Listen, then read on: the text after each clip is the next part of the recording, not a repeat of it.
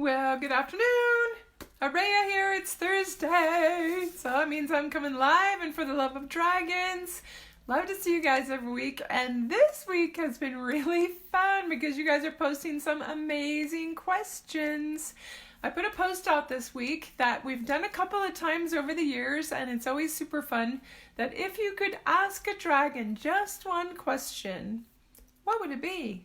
And we've had some really interesting ones over the years, and I've gotten such a great list today that I thought rather than typing back a short paragraph, if I can talk about the answers directly in connection with the dragon, that everybody would benefit and make sure they see it or hear it rather than trying to find that post and see the responses.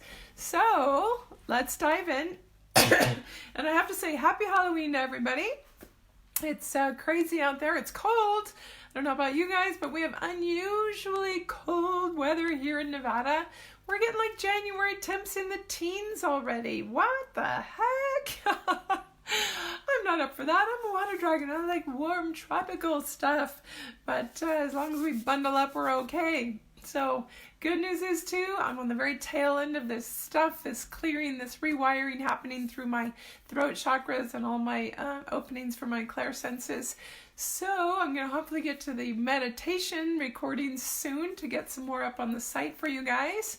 And also letting you know, I had the Dragon program starts in January.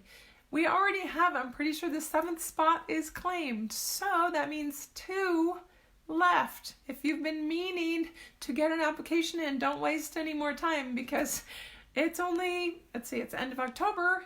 We don't start for 2.5 months, and yet the program is filling quickly. So I just want to put that out there. If you don't even know what that program is, send me a message. I'll send you one of the links to the videos or a bunch of information about it, because this is a program that calls you by the heart. It's not about me selling anything to anybody. It's not about like a whole bunch of mental stuff. There's mental knowledge that comes because we're in a classroom setting, but it's more about you feel that tingly, deep in the heart call when we talk about the dragon heart or the eye of the dragon, or that it's your time to step into who you truly be.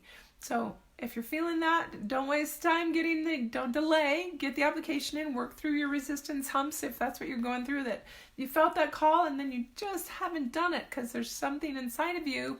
Usually it's that ego part of ourselves that is really resistant to not being in control of the ship anymore, because when we connect with our truest self and we're like ready to be aligned and really on purpose and really living abundantly and really manifesting and really aligned to our truest purpose, a lot of things in our life might shift, whether that's your work, your environment, the people that are around you. Doesn't mean they're all going to fall away, but you're going to draw things that are more aligned to you in. That causes the little self a lot of stress. And so our little self likes to put up these barriers to actually breaking through and completing an application. You might even get on and get the application done. I had this happen to one gal. Took her 3 tries to actually get it to send. Once I closed the tab by accident, had to start over and re-enter all the answers. The dragons will test you. They're testing your tenacity and your true desire to really dive into it. So let me know, putting that out there. And let's dive into these questions because they're really fun and I want to have time for a bunch of them. So the first one came from Armin, and it was, do you actually think up the original designs of the planets you create, or is it someone else's idea and you just do the creating? So let's go in and ask. I feel like I'm already in my dragon self. You guys can probably see it through my eyes. Whew. I need to get a really good Halloween costume as a dragon because I'd have the eyes for it, right? Like people can feel my snout coming out of my wings, but I need some 3D stuff going on with that. It would be super fun. All right. So as far as the design creation, so we are like creator gods. We are one of the most ancient realms created. Mother, Father, God, and his expansion, her expansion to experience herself creates. And then as those beings master coming into their truth and who they truly be, they become creators as well. So in all of their, if they've gone and created planets, not all of them are involved in that. But those that do, if that's their forte or that's their heart's desire or their strength, then it is their own design. Does that mean they do it on their own? There's a lot of collaboration that happens among dragons, co-creation, as far as that goes. In the design specifically of this planet, of Gaia, so yes, there's two different streams of that I'm picking up. There are indeed creations that we're not familiar with that are out in other universes that dragons have gone and created just on their own. This one in particular is not their creation. They stepped in and volunteered to hold the matrix of this. So I wouldn't say that they did the creating of this particular universe, but they have stepped in to hold the place for it. So in this one being created, the big geometrical matrix that's in the fifth dimension and higher of this plane, holding it in place, they're the ones that agreed to come and hold it. So they didn't create this one. So I guess there's your answers there, that indeed this is someone else's idea. This is Mother, Father, God's idea. This is like his step in and saying, all right, who's going to come in and bring this? And I feel like in that, I'm actually feeling the angelic realm, the archangels, who were some of the first beings brought into this realm in the human form, that in those higher planes of existence, in the spirit realms of this realm, of this earth plane, because the heavens, as we know them as humans, are only in this plane. So if the dragons or the angels are the higher beings that were created first and like drawn in, then they were a big part of the inspiration of what everything would look like. And knowing that they themselves couldn't hold the grids, that was a collaboration of inviting and saying, all right, who can hold the grids? And the dragons coming in and agreeing to do that. So Armin, great question. I'm sure that that's going to hit a lot of people's curiosity button, that they've been wondering sort of the same thing in the back of their mind. And that's why I'm going through these on the live. I think it's a super fun way to get this conversation started and have a lot more people put a lot more thought into, wow, I hadn't really thought about that question, or trigger some discussions of, okay, what do I really believe there? What do I feel? Do I feel that connection with the angels? And I know there were questions about that down the road. So I'm going to move on to Jody's question. How did you come to be my guide and protector? So this is beautiful because you guys in the dragon group, you know that you have dragon guides around you. That's partly why they drew you to this, to have that source of information and tools to start opening you up to your greater truth. So not everybody has dragon guides. If you're a starseed being, you may or may not have a dragon helping you out. If you don't have much connection to the dragon realms, you wouldn't. So how did you, particularly as a dragon, come to be my guide and protector?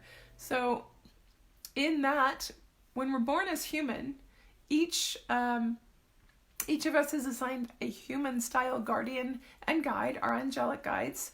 You probably felt that presence around you all your human life. And now, as you wake up to your dragon self and that greater aspect, you're feeling the presence of more than these two guides. They don't leave. They're always with you.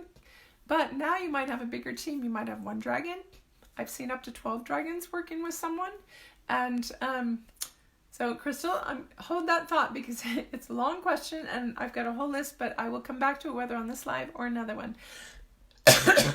So, in that, receiving a dragon as a guide or protector is essentially an earmark or a acknowledgement that, oh, I must have a connection to the dragon realms. So pay attention to that.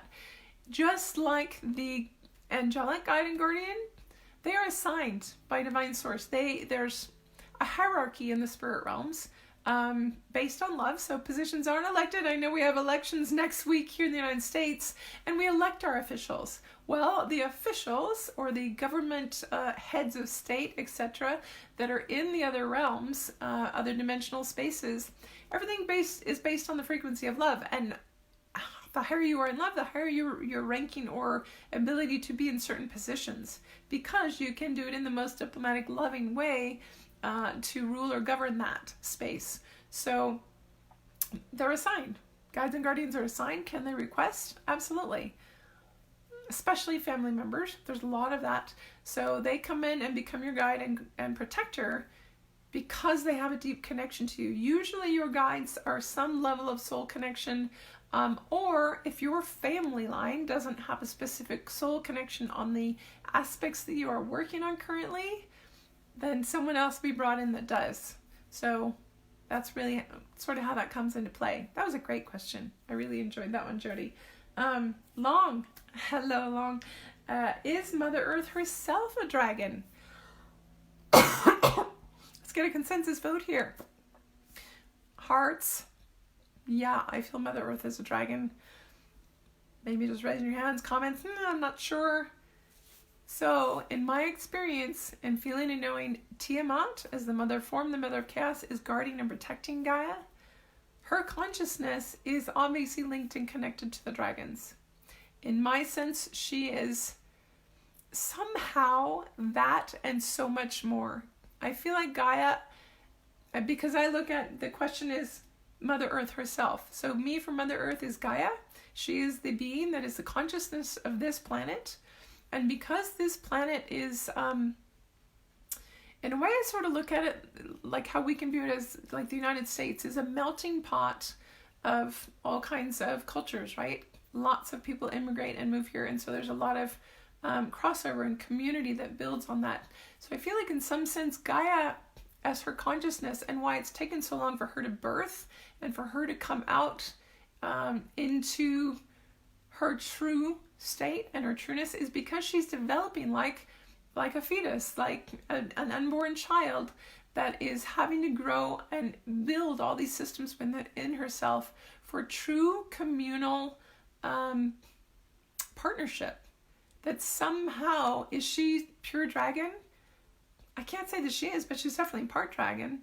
And I feel like she's part of all the other things, and why so many beings in the universe are so interested and connected to this experiment, to this place in the universe and where it's held in the grids, because it's very important on all the grids. But I feel like part of it is so important because it's the first experiment that's bringing true communal partnership in. And I feel like that's going to be part of an answer that comes in with one of the further questions down the list. That yeah, I feel like in some sense she is the conglomeration of the input from all these different lineages, so that there's actually a place held in the universe and a frequency, a being that somehow merges all of those into one expanded, loving being. I've never had that question before, so I've never put it in words that way. It feels like it just came through as like, wow, let's explore that. So that was a really beautiful question, Long. Thank you. And I love that Long is typically very deep in his questions and his thought process, and I love that brought it out. He's done a couple of the book clubs, and yeah, he always has those off the charts ones, so thanks for that. Then there was a question from Lanny. It says, how many partners are you able to have? So because I actually just got off a discovery call with her, I was able to get clarity on what that meant, because I wasn't really sure. And in the sense of sort of like polygamy, monogamy, you know, when you go out as a dragon, do you have an experience with just a twin flame? Are you on your own? Is there lots of interaction? And I'm going to answer this pretty much in the same understanding of, it's a free will universe. All universes actually have that aspect of free will on a soul level. So everything we want to experience, it's open to experience. So how many partners are you able to have? I guess there's an infinite number. Does that mean it's beneficial to your soul to have multiple? It depends what you're trying to learn on a soul level. So as I discovered recently, the twin flame concept, which many of us are very familiar with, and hello, Leandro, this twin flame concept is that there's another being out in the universe that actually is my other half, that actually we separated as a soul unit and went in two different directions to explore two different avenues of expansion. Maybe it's to do it faster because you do it simultaneously, or maybe it's to explore, like, can I separate from myself, learn all these things, and find myself again and be reunited? Come back into that state of union.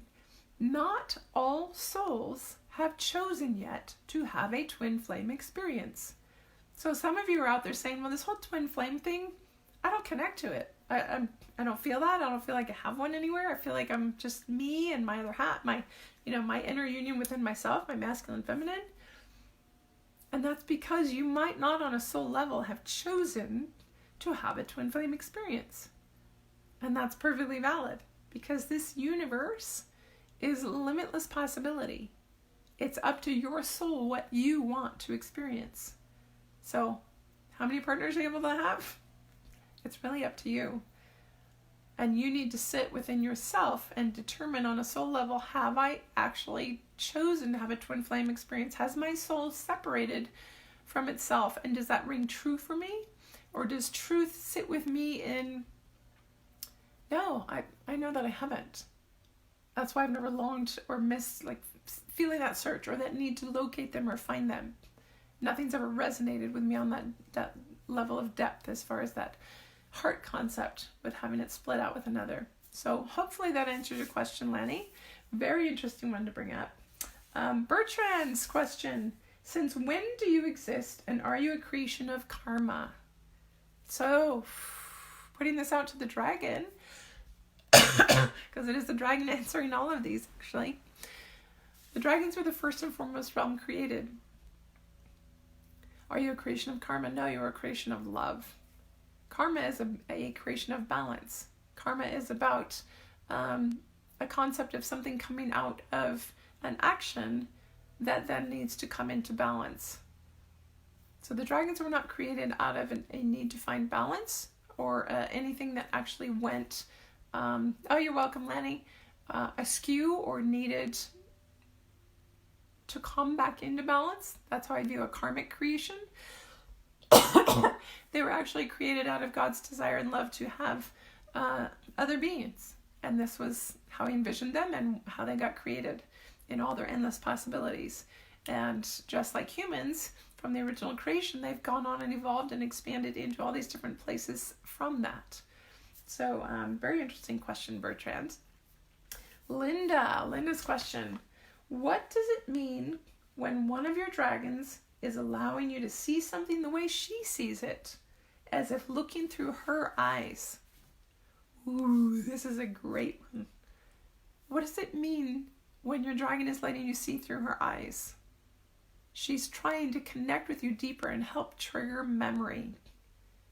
I will tell you of my experience, and maybe you've read it in the book. This is in the introduction to the book of my personal experience when the dragons first started coming just before I went to write the book.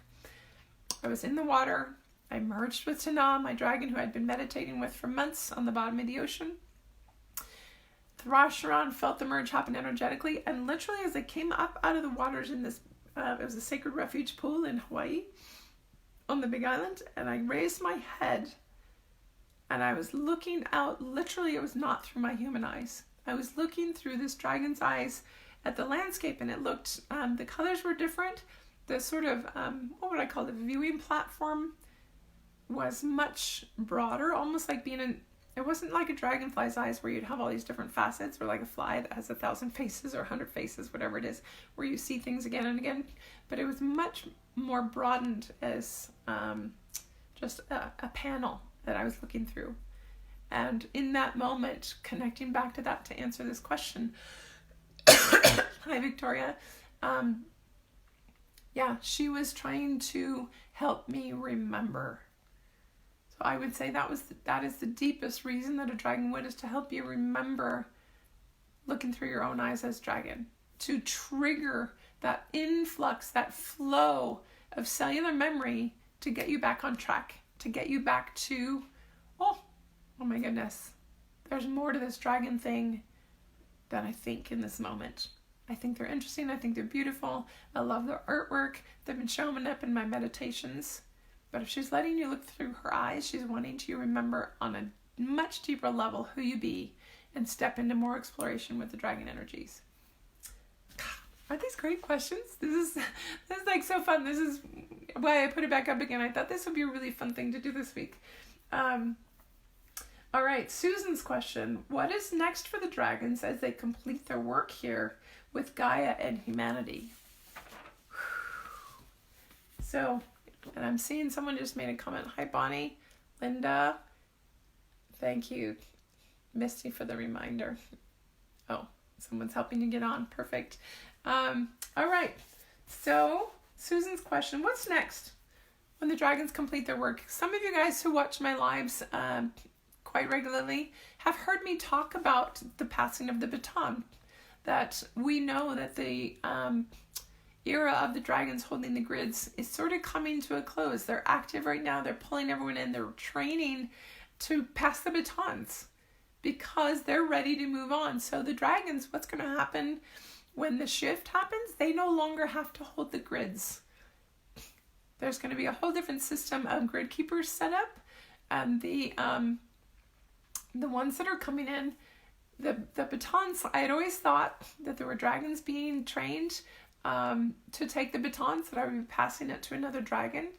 And actually what I realized throughout the course of the Dragon Heart program this year, some information came in that it's actually to the feline kingdoms, the Lyran system in particular, the golden winged lions, all those beings, they're coming in to take over the batons because they're actually part of this universal system. The larger dragons that originally volunteered have been holding it were from outside this universe.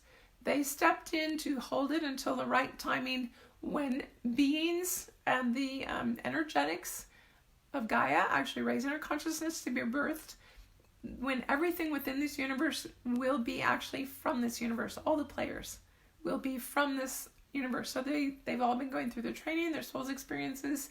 Gaia is now very close to being birthed in full. With that aspect we talked about on the first question. If you're just getting on, go back and listen to the first half, because we talked about that aspect of who is Gaia, what is Mother Earth. And so yeah, that it's going to be passed. And the dragons, what do we get to do? We get to go on and do something else in some other universe, or maybe still in this universe, but assignments will be done. And I feel like in some way we're going to take a vacation. That there's going to be playtime for a lot of dragons. I've been holding this for so long. I'm going to go just take some time off and see what brings my heart joy. What do I want to explore next? Where can I be of service next? What's really out there for me on a soul level? So that's where I see that going, Susan.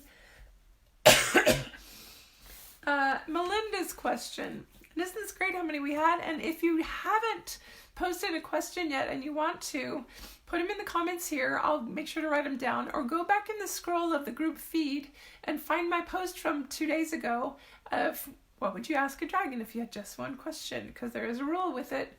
It has to be something whose answer will benefit everyone. It can't be a personal question like, who's my dragon, or what kind of dragon is mine. It's got to be something bigger, and these are all very fitting much in the rules. Belinda, do dragons procreate with other beings like angels or jinns? And jinns, if you don't know, I actually had to look it up, are a lower class of angel. And I would say I have not experienced that. I have experienced crossbreeding from like I mentioned before. I actually know one being who is half dragon, half winged lion. So there is some kind of crossover. I don't know how that merge happens energetically, because in the higher dimensional planes, it's not like we merge in human form. It's not this very physical act. It's an energetic union. So I would guess, I would not say that they procreate with angels, because the angels are from this realm. But these other beings outside that can actually access the same dimensional frequencies and have that type of energetic merging, I would say it's possible. Outside of, Victoria, it does, doesn't it? And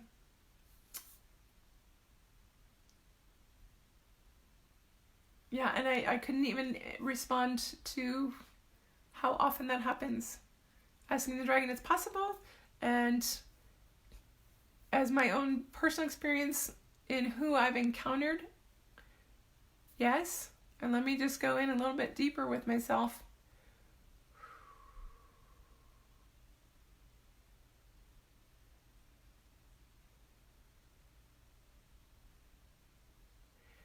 what I'm feeling come through is that if that's ever to happen, it's there's got to be a really deep reason why they would merge in energy like that. Because typically a soul is unified in itself, or it has a twin flame that's already part of itself, that is obviously of its own creature, its own species, let's call it that. So there wouldn't necessarily be a desire or an outflowing for that to happen unless there was a conscious desire to see what would happen, or if it's someone that is in a unified state, their twin flame has come back in, or they never had one, and they experience this expression of love that matches their own frequency coming from another being of a different species, and that's where it ends up going. That's going to be one I think that we need to answer and explore on a deeper level down the road and see what comes up. But I like contemplating it. I love these questions because what they're doing, even for me, is allowing questions that I don't necessarily contemplate until someone brings them up, and that if that's not in my sphere of thinking, allowing this discussion where other things come in is so beautiful. So on that note, you guys have been requesting, I put it out there about mini classes, potentially on a weekend, because a lot of you have working hours and can't do the programs or the book clubs midweek. I'm going to do the first one a week from Saturday, I believe it is. It might be 2 weeks from Saturday. I'm going to look again. And there's going to be sort of a reunion aspect to it, that the consensus in the group was, let's just have the dragons get together and see what comes of it.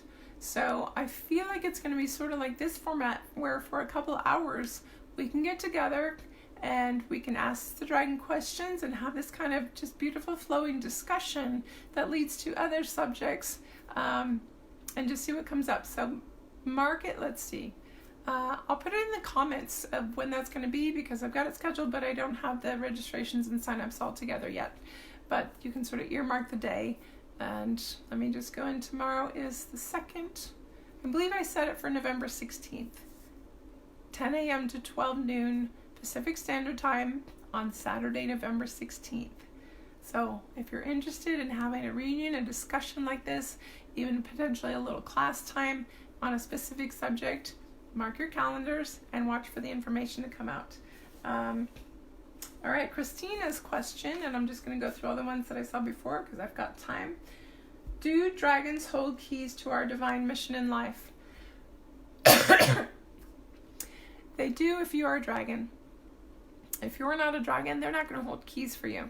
So if you're an angelic being, if you're a starseed, if you're from some other place in the universe, and you don't have a dragon connection, they're not going to hold divine keys for you.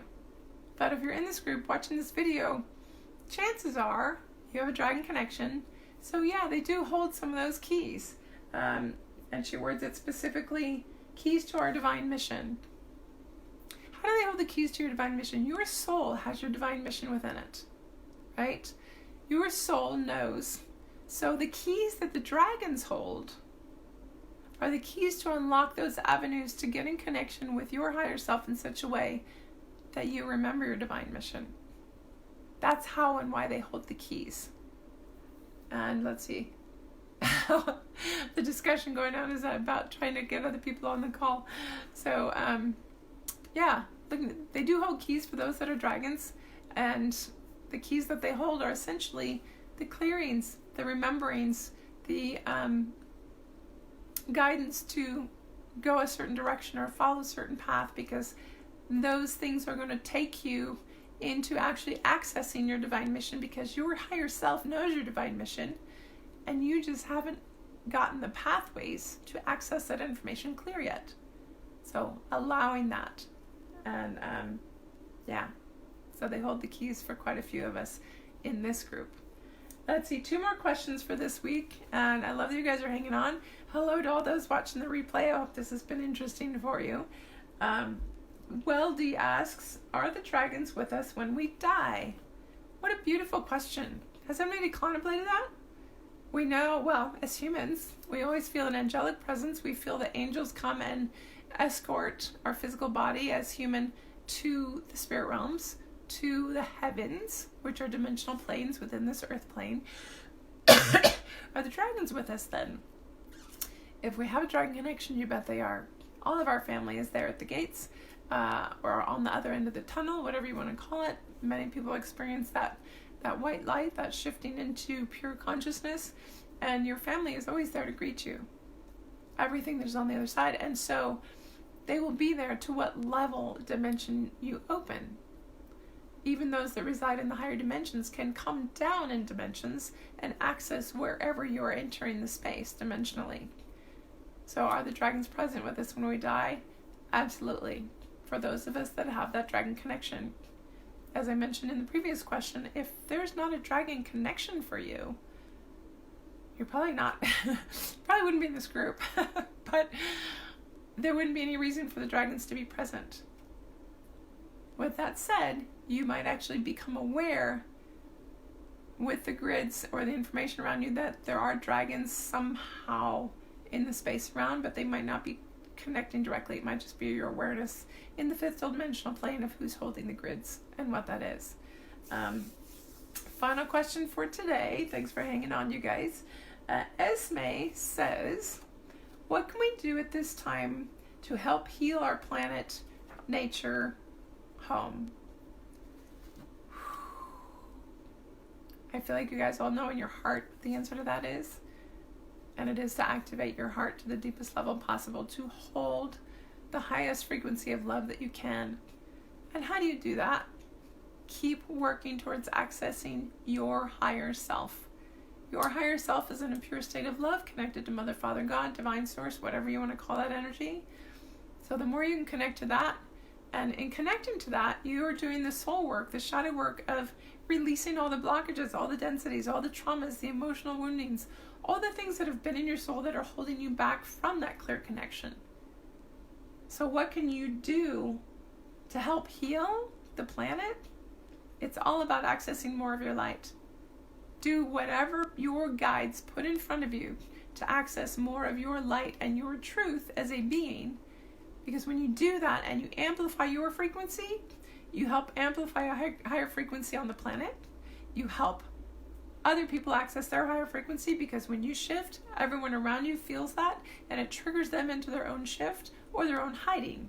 Some people leave your lives as you advance because they feel triggered and they're not ready to go there. And that's okay. Just keep holding that space of love and know that the seed was planted and they'll get there when they're ready. If this is your home is actually in your heart. So healing your own home, your own heart, is all aligned with that same path, getting to your truest self. That's why I'm so focused for my major work, my main task in this work is to be a guide for those that are ready to become dragon hearts, to remember their dragon heart and actually activate it. Because when I do that with those people, they are so much more aligned to the truth of who they be, that they activate a magnificent lighthouse. The dragon hearts are lighthouses on this planet, and that alone is shifting and healing so much in the planet. I talk a lot about microscopic, macroscopic, of looking at yourself, but the planet, with the galaxy, with the cosmos, everything that's on a bigger scale is also reflected in you. So if you're familiar with this aspect of being full of densities or blockages or little black balls of stuff that's cluttering your field, the earth is the same thing. So what do we do when we heal ourselves and bring our own frequency up? That shifts these masses of black energy in her energy bodies and helps those dissolve within her, which helps her, quote, heal and move forward in her own expansion. That in turn has the effect, ripple out effect on the holes of trauma and discord in our own universe. It all gets on a bigger and bigger scale. This is why so many light workers, you want to call them, dragons, star beings, angels, are here in form to help others remember and access who they be. And my job is to be a guide for those who are dragons to help them get to and remember who they be. And it is my joy and my privilege and honor to do that with you guys, to be here every week, because it truly is my joy. I'm finally aligned to who I be. And so in the last 2.5 years, especially because I finally worked through my own stuff and all the reasons I wasn't doing this full time, and now I have this magical life where I get to not only facilitate what I know I can for people, to get that joy and that feedback of seeing them expand, seeing their path shift. I get to be with dragons all the time, and I get to remember the higher truths that our higher self knows, you guys. When you connect to yourself, you're going to understand the mysteries and miracles of the universe and how the laws of the universe work. Whether it's abundance, whether it's manifestation, whether it's how to teleport, all these things are part of the universal magic that your soul already knows, that if you can connect to it and remember it, you're going to have access to. That's pretty exciting, right? So if there's questions in the comments, I apologize that it keeps scrolling. I will go back and look at them, and I will address them next week or in writing in the responses. And this has been super fun, so I hope you guys have enjoyed it. I look forward to the group that gathers on the 16th of November. I will put information out about it probably early next week, so that people can get registered, and we'll get all the details honed in of how to do that. And otherwise, have a great week. I love you guys, and I love being here. I look forward to my Thursdays. I really look forward to my Tuesdays, because that's my Dragon Heart day. And my class every Tuesday with my Dragon Hearts takes everything deep. It just takes me in my joy, which is so much fun. And I'm really excited to see the group. As I said before, if you're not in yet and you've been feeling the call, please get a hold of me. Otherwise, we'll see you next week. Happy Halloween. Trick or treat. I hope this was a treat. Bye.